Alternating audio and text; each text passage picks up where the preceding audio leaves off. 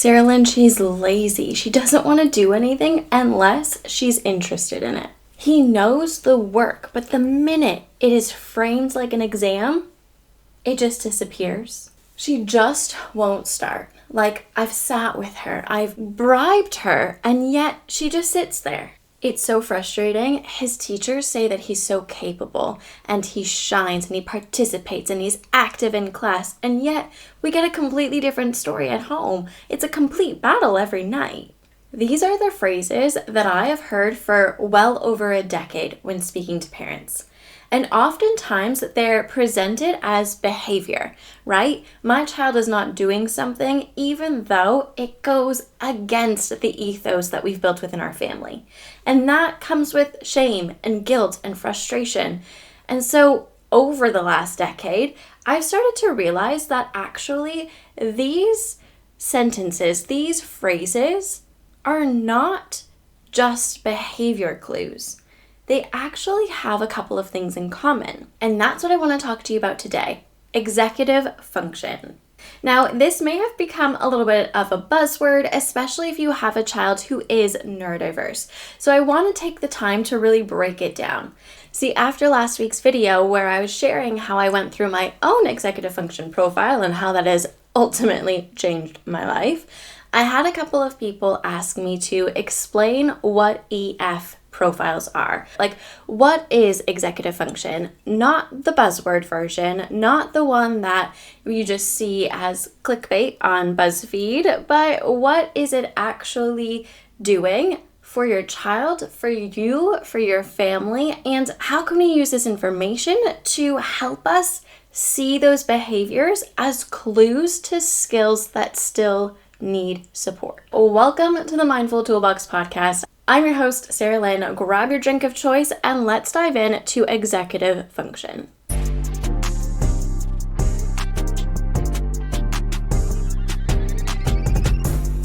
So executive function as a definition. I know when I say the word, it sounds a little clinical, but stay with me because it's way more accessible than you may realize. Executive function is a series of cognitive processes. So it's a series of things that happen within our brain that allow for tasks to occur. It's kind of like the brain's management system. The head honcho, the one who goes, yes, that is worth doing. Let's put this first. No, we don't want to do that. Let's make sure we feel good before we start. It kind of controls all of that. Now, the reason why I want you to understand executive function is because I want to help us change our inner dialogue when we work with our children. I want to gently push back on the why won't they and flip it so it becomes how can they? Because the thing about executive function is that they're skills. They're presenting as behaviors, really frustrating behaviors sometimes, but they're actually part of the brain that has yet to fully develop. So your EF, your executive functions, they all exist within the prefrontal cortex, which is a part of the brain that has been the last to develop.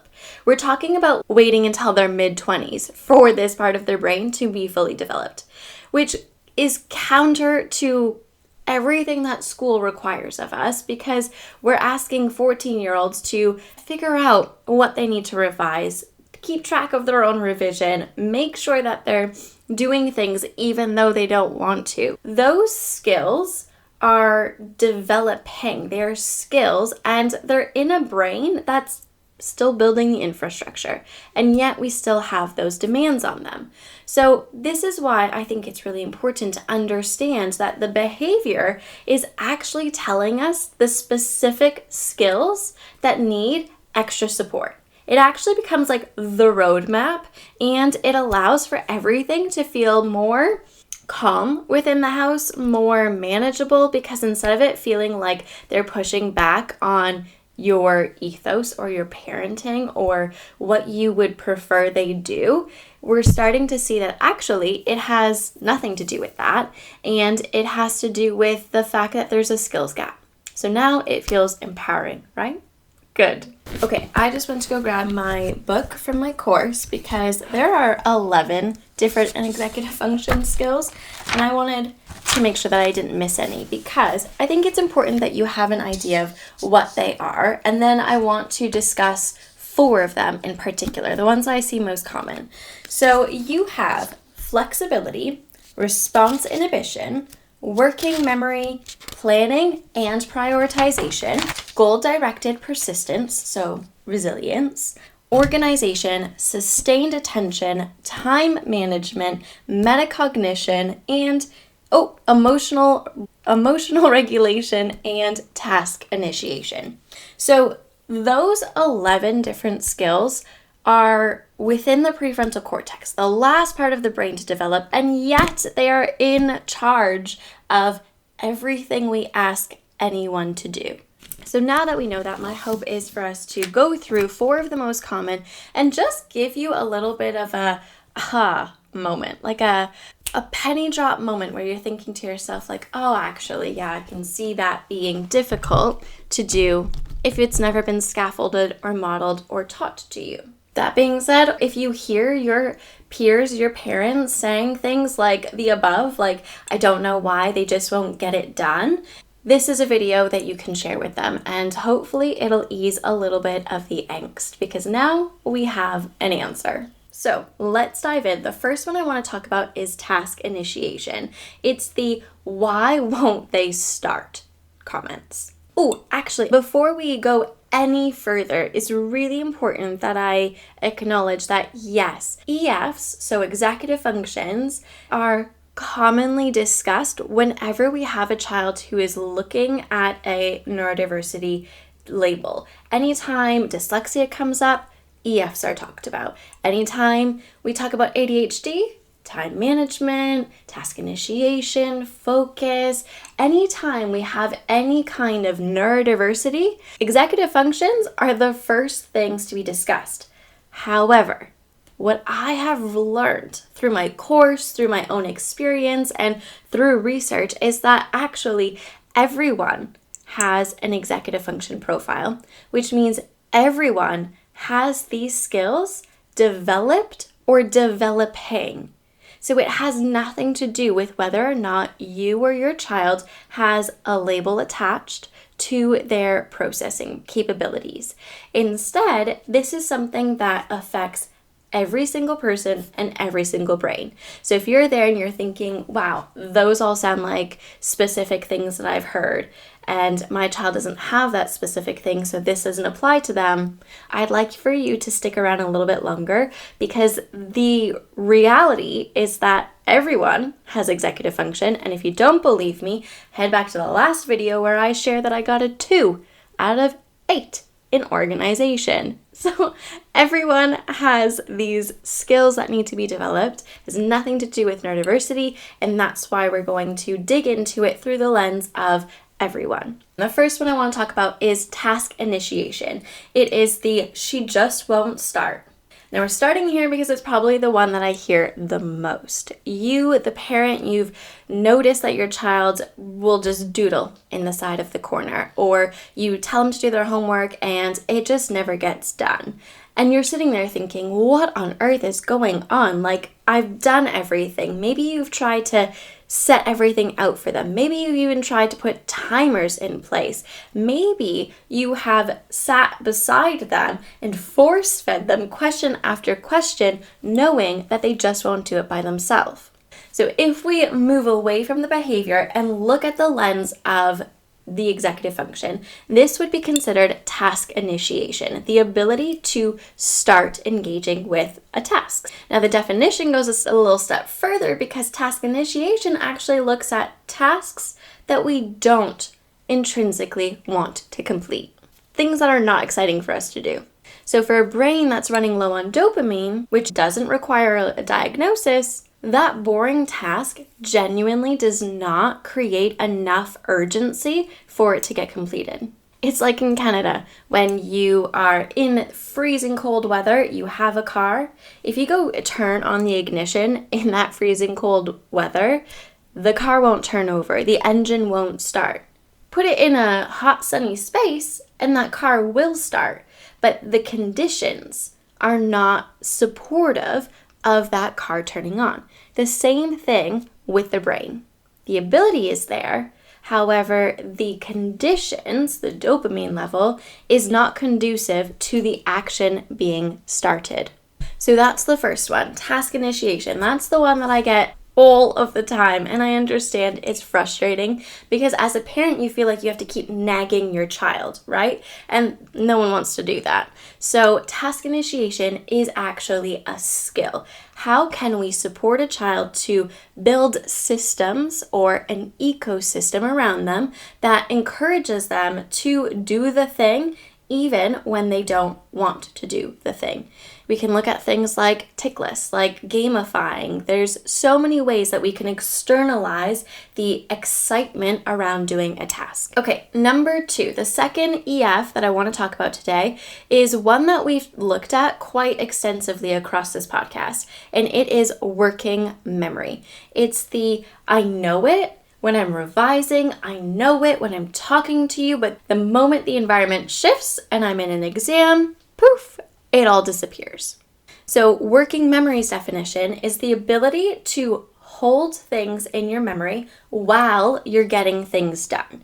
So whether it's the ability to listen or read 3 or 4 steps of instructions and hold instructions 2 to 4 while you complete 1, get rid of it, hold instructions 3 and 4 while you complete 2, like that kind of thing. Or if someone gives you directions, you're able to hold right, turn left, then right, go around the roundabout, over the road, this gray house. Like being able to hold that kind of information.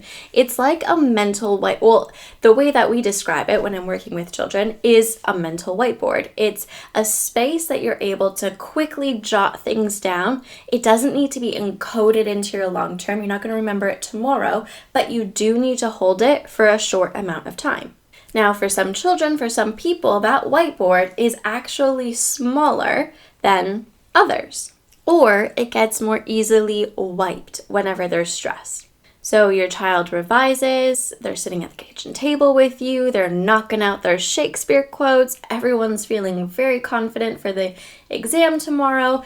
They wake up, they go into the exam hall, their heart starts palpitating, they see all of the desks, and all of a sudden, shoo! That whiteboard is completely wiped off. There's nothing there for them to retrieve anymore. Now, the reason why I wanted to highlight this one is because it's not just frustrating for the parents. It's not behavior that makes you disappointed, but the weight of having a lower working memory sits heavily on the children because they know that they revise. They know that they should remember these things.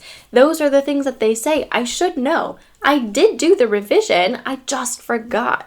That starts to eat away at their identity. It starts to eat away at their capacity. They start thinking that if they're not able to remember, it must mean that they're no longer smart or they weren't smart to begin with. And that is something that we need to avoid. We need to separate the skill from the identity. Okay, number 3, planning and prioritization. This one I can definitely relate to. I talked about it in my other video about executive function, and I shared how I really struggle sometimes with knowing how to start or knowing what to start with. For instance, if I have to cook a roast dinner. Roast dinners are fairly new to me, right? I'm Canadian. We didn't really have a strong tradition of creating these kinds of roast dinners, I would say.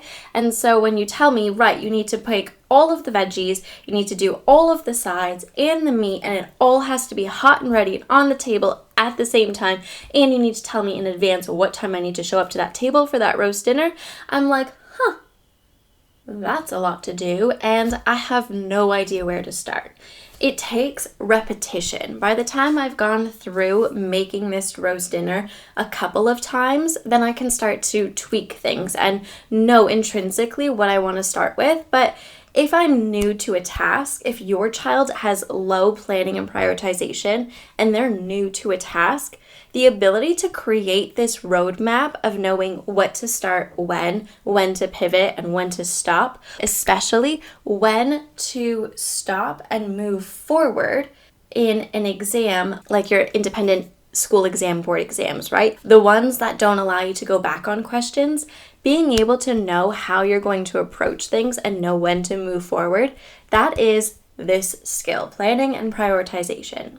Now, what's interesting about planning and prioritization is that it is connected to a second executive function skill, which is metacognition. It's our ability to know how we learn, understand our thinking ability, and reflect upon it, to step outside of yourself and go, right, where am I going? Am I in alignment with where I want to go? Am I doing things properly? It's that reflective process. So when this skill is underdeveloped, your child is going to look at their revision schedule that has 10 different topics and feel so overwhelmed, they're not going to want to start, because where on earth do you start? If you know that you have to do both Englishes, all of your sciences, let me put my drink down, both Englishes, all of your sciences, your math, you've got history, geography, don't forget about some art bits in there, and then you've got your religion or something. Like, that's a lot of topics. How do you know what you need to revise, and how do you know how much time to spend on each of them, and how do you know that you're going to be prepared by the end? And now this is a big reason as to why so many parents come to us and say, my child has no idea how to revise, you need to help them. And I'm like, yeah, I agree. They don't know how to revise, which is why we have so many videos in this podcast about strategic revision. But more importantly, they don't know how to start. And that is why it's really empowering for children to be modeled the process of knowing how to balance and prioritize and understand where the starting point is. Okay, the last executive function profile, the last executive function process that I'd like to go through with you today is emotional regulation. Again, another hot topic that we include on this podcast because it, to me, is the foundation for everything. It is he just explodes when he's angry, and then everything is lost for the day. It's she gets overwhelmed when she sees a math question she doesn't understand, she shuts down, and then we can't move forward. And the thing is, executive function and emotional regulation are so much more connected than people may think, people may realize. And the big connector is that we've talked about there being a body budget, right? A certain amount of energy that the body has. When we're engaging with these cognitive processes of planning, of sorting out, of starting something when we don't want to continue moving forward with something even though it feels difficult, all of those things take up a lot of energy. Now throw in the fact that you don't like this topic, you're worried about an exam, you have emotional attachment to the outcome of what you're doing, and those big emotions are also going to take up a lot of energy. So where does the brain put the energy? Well, it can't give equal energy to both. So instead, the emotions usually take over what the processing part of the brain is trying to get done. And so if we're not able to regulate and manage and soothe those emotions efficiently, or in a timely manner, our bounce back rate, our ability to get things done, our ability to stay consistent is going to be very low. And so the pencil gets thrown, the book gets slammed, there's shouting, there's frustration that is present, and none of that is conducive to any kind of learning. Because as you know, when the homework battles set in, there's less energy to actually do the homework, and there's more energy being given to the actual behavior. So that behavior, those outbursts that you're seeing, those are important clues for us, because it's not the first thing that happened. What actually happened was there was a breakdown in the executive function. There was a breakdown in understanding how to go about to complete that task, and then you saw the behavior being present. So now that we've gone through 4 and metacognition, so 5 of the most recurring executive function cognitive processes that students typically need the most support with, I want to share a little bit more about what now that we can acknowledge that this behavior is a clue, it is an indicator that something needs support. Now that we know that, what do we do? And I think the first and most important thing, I'm sure I've mentioned this in the past, this is a skill. It is something that needs to be supported. So it needs to be modeled, it needs to be scaffolded, it needs to be identified so it's separate from identity, and it needs to be given specific praise as things progress.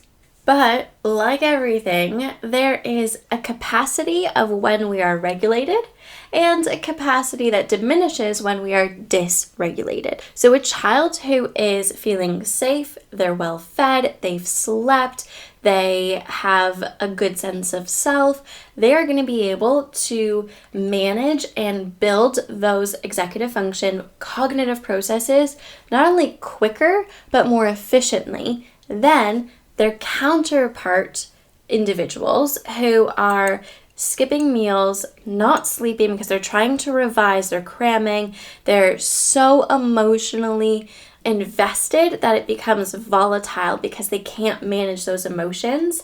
Those children are going to keep plateauing and dipping in the building of those executive function profiles. It will become almost like a cycle.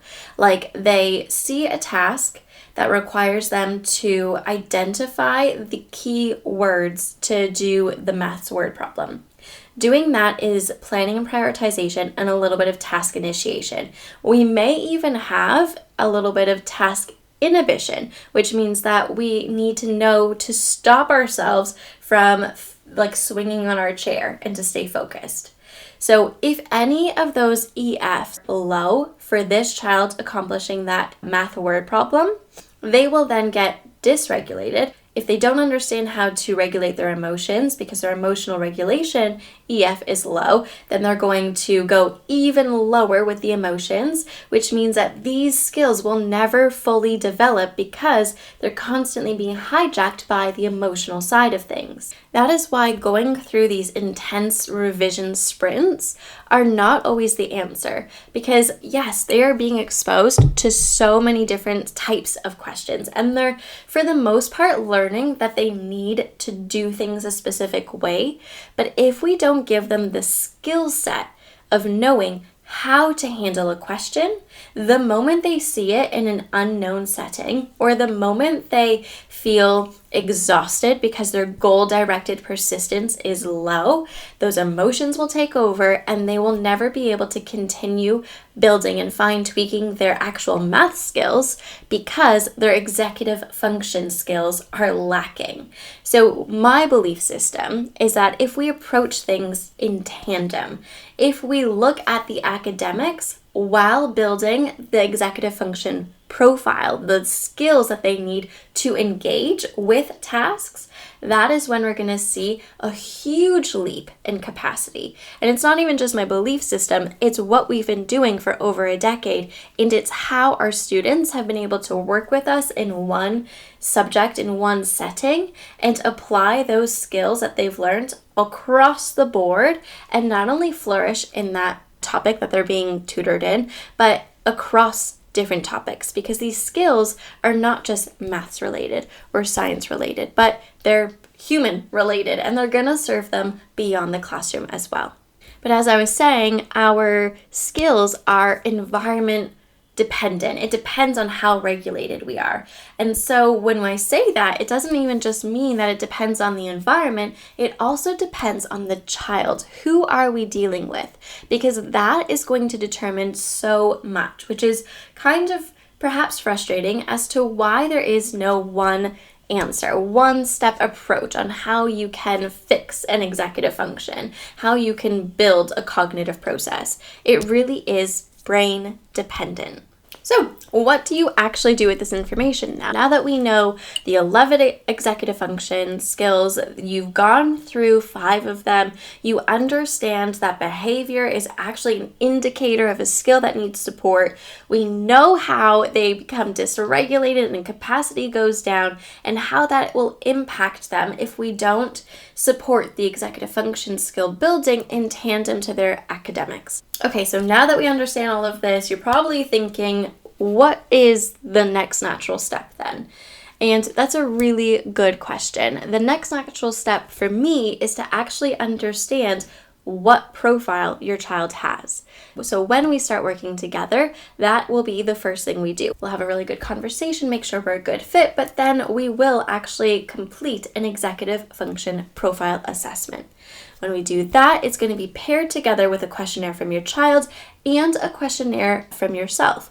That will allow me to have a really good, clear picture of not just what EFs we're dealing with or we want to support, but what kind of behavior it translates into. And then after we have that profile, we make sure that we all understand, the child as well, understand that we are now going to be on a journey to support the development of these skills. And by developing these skills, everything else that they may also feel frustrated with, it's going to become a little bit easier. Now, for me, my belief system is that I would never be able to just support the child because, as we've discussed, the child is presenting behaviors that impact the entire home. So that is why the next step is to look at the environment. The environment includes not just the physical setting and space, but the emotional one and the familial support system as well. So we look at things like, what conditions does the child's brain work most efficiently under? What creates that wobble? What does the wobble typically look like?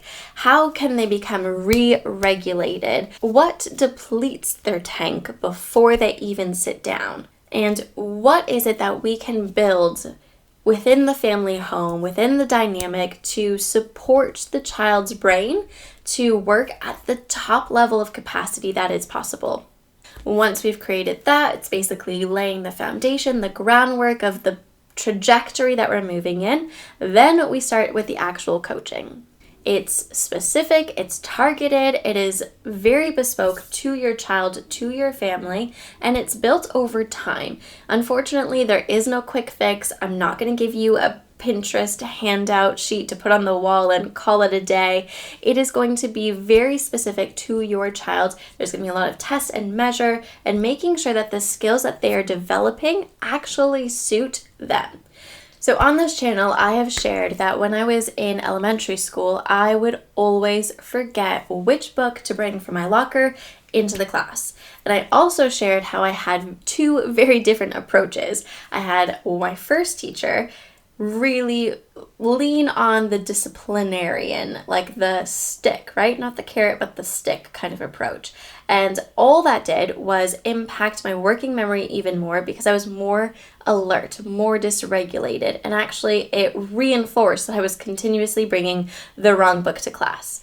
And then I've shared that I had a second teacher the next year, and they were way more approach it with the carrot kind of vibe. And they created a color-coded map that I put in my locker. So I knew when I had science, it was the green book. When I had maths, it was the red book. And she would stand at the doorway, and as she was welcoming everyone into the class, as she always did, she would just tell me the color of the book. And then it became a game where I would get to the line and I was so excited because I was like, green, and she'd be like, right on, Sarah Lynn, in you go. Or I'd be like, red, and she'd be, ooh, we're not doing maths right now, go try again. And then it became something where I had the initiative. It wasn't a nagging situation. She didn't feel like she had to discipline me. It didn't interrupt the class. I didn't have to go back to my locker in the middle of our lesson because I realized I had the wrong book. It was a system that was put in place to make sure that I had the right book before class started. I was enjoying it. There was less shame attached to it, and she didn't have to nag me. It was a win-win for everybody. Now, one of my students who is in year 5 is going through something incredibly similar. And so I was like, oh, I can help with this. This I can help with. So we were chatting to mom, we were chatting to the teacher, and I was emailing the Senko, and we were looking at different ways that we can support them. Up goes the color-coded chart, but it didn't work. And then I was thinking to myself, oh my goodness, the chart didn't work. How is the color coding not work? What else can we do? And then I remembered, it wasn't just the color-coded chart. It was gamified. There was a dopamine hit of standing in line and going to see my teacher and telling them, yes, I got the right book. And she was like, yeah, you did, in you come. And I felt good. I felt validated and seen. And so I went back to the computer and I started emailing the teacher and I said, so sorry, sir, but Is there any way that you would be happy to stand at the front door and remind her of the color of book that she has? I know it sounds frustrating, but you can do it while you welcome in all of your students, and it just becomes a little bit of a game. It will actually save you time later when you're standing in front of the classroom and she has to go and get her book.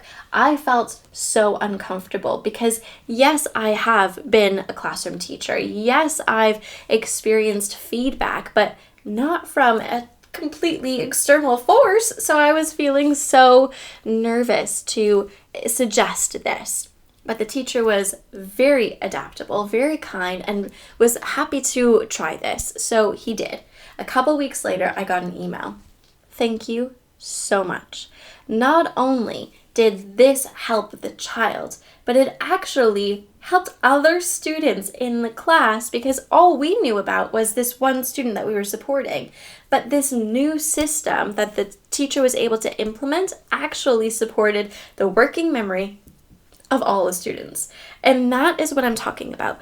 When we are working with a child, that color-coded chart may work perfectly for them. But for others, it's not enough. And what they actually need is the gamification, the feeling of feeling validated, as well as or in tandem with the chart. So when we talk about supporting your child and what can we do, there's going to be a process that we'll need to do some test and measure. And I need to be upfront with you about that. I can't just give you another video and it will give you all of the facts. I do have a couple of suggestions. If your child is in the they don't know where to start camp, then remember that is a sign that their task initiation skill is needing to be developed. So what do? We lower the doorway. We lower the entry point of them being able to access it. If they are in the camp of, I got to my exam and I don't remember what I was revising, that is working memory under stress. So your child needs to understand how they can manage their stress better so their whiteboard, their mental whiteboard, can stay efficiently ready for them to pull that information.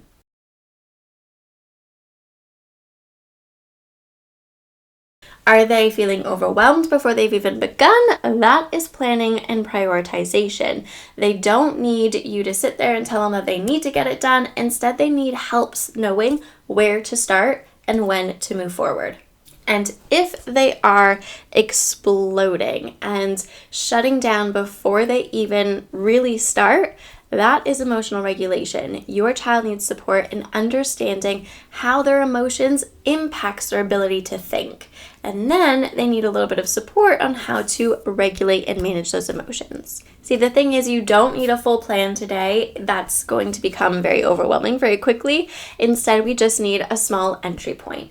And I hope that listing out those 4 executive functions that are the most common, it gives you at least a good starting point of how you can start thinking about your own child's behavior and how it lines up to the different skills. What I can do is let you know that in September, we are starting a 6-month parenting small group course, and it is going to allow us to build the executive function profile of your child, the environment that supports them, and help you through kind of balancing the ebbs and flows of the school year and matching it to your child's specific executive function needs. So if you're interested in that, there is a link down below so we can set up a call to discuss this. It's no obligation, but we are in the Founding Families process at the moment. So if you sign up now, then you get attached to the Founding Families fee. If you're looking for a little bit more and you would like to dive in, I have 3 video suggestions for you today. 1, if your child is blanking under exam scenarios, then that is episode 21.